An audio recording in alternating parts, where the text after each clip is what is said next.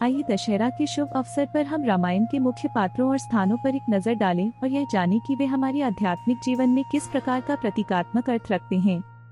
शुरुआत करते हैं सबसे पहले राजा दशरथ से।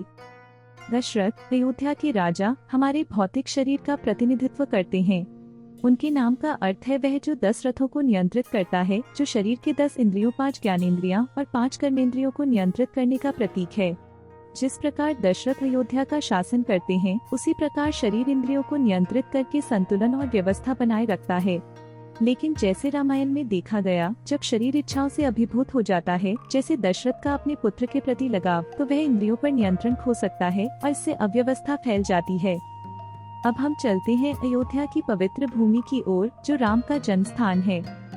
अयोध्या दशरथ का राज्य का शाब्दिक अर्थ है जहाँ कोई संघर्ष नहीं है। यह मन की उस अवस्था का प्रतीक है जो शांति और समरसता में होती है, आंतरिक संघर्षों और इच्छाओं से मुक्त। यह स्वाभाविक संतुलन की अवस्था है जहां मन अपनी वास्तविक प्रकृति में रहता है, बाहरी दुनिया के विकर्षणों से विचलित नहीं होता। राम जो आत्मा शुद्ध चेतना है, केवल उसी स्थान में जन्म ले सकते हैं जहां कोई संघर्ष नहीं है। अब हम राम की ओर बढ़ते हैं, जो हमारे इस कथा के नायक हैं। राम आत्मा का प्रतीक है, जो हमारे भीतर की दिव्य और शुद्ध चेतना का प्रतिनिधित्व करते हैं।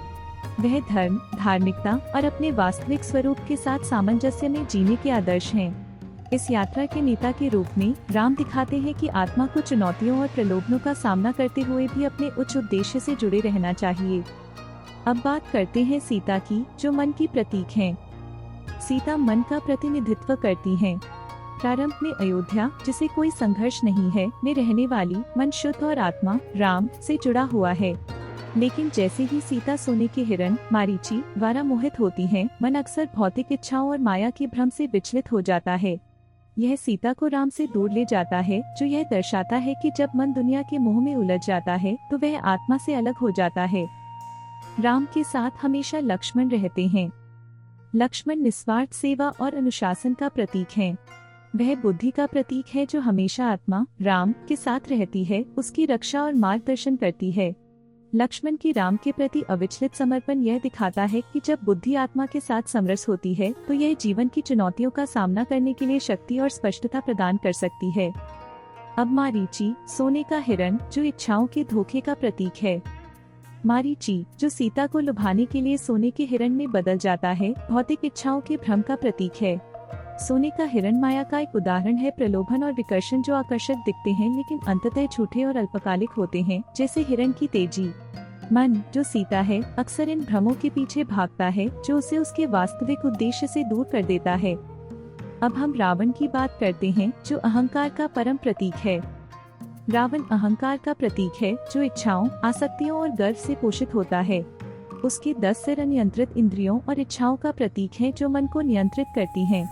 जब मन सीता अहंकार रावण द्वारा लंका में फंस जाता है, तो वह आत्मा राम से अलग हो जाता है और अपनी शांति और संतुलन खो देता है। लंका पर रावण का शासन यह दर्शाता है कि जब अहंकार मन पर हावी हो जाता है, तो वह उसे भौतिक सुखों और आसक्तियों में डुबा देता है। अब हम 2 भाइयों वाली और सुग्रीव की बात करें। वाली और सुग्रीव हमारे भीतर के परस्पर विरोधी भावनाओं का प्रतिनिधित्व करते हैं। वाली गर्व और अहंकार का प्रतीक है, जबकि सुग्रीव विनम्रता और समर्पण का। जब राम सुग्रीव की मदद से बाली को हराते हैं, तो यह दर्शाता है कि आत्मा राम व्यक्ति को गर्व पर काबू पाने और विनम्रता के साथ आत्म संरेखित होने में सहायता कर सकती है, जिससे आध्यात्मिक विकास संभव हो सके। अब हम हनुमान की बात करते हैं, जो शुद्ध भक्ति का प्रतीक है। हनुमान शुद्ध भक्ति और आंतरिक शक्ति के प्रतीक हैं।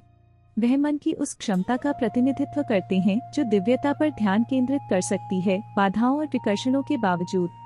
भक्ति, अनुशासन और अडिग विश्वास के माध्यम से हनुमान उस महासागर को पार करते हैं, जो मन और आत्मा के बीच की दूरी का प्रतीक है, और सीता मन को राम आत्मा से पुनः मिलाने में मदद करते हैं।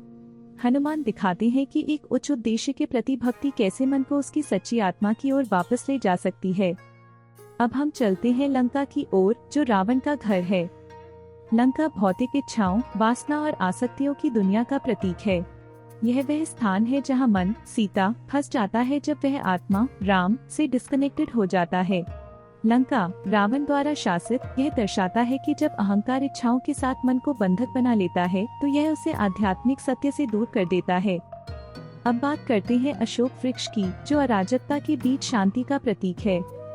संस्कृत में अशोक शब्द का अर्थ है बिना दुख के या जो दुखी नहीं है। लंका में जिस अशोक वृक्ष के नीचे सीता बैठती हैं, वह पीड़ा के बीच भी आशा का प्रतीक है।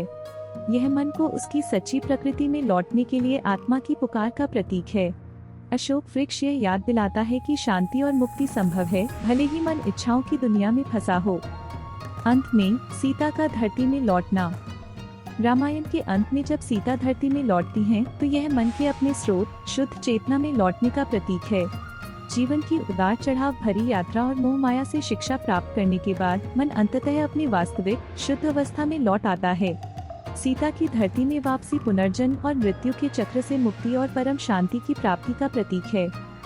आइए आज की यात्रा का संक्षेप में वर्णन करें। मन की यह यात्रा, जो सीता के रूप में प्रस्तुत होती है, अयोध्या में आत्मा राम के साथ शुरू होती है और भौतिक इच्छाओं और अहंकार की चुनौतियों से गुजरती है।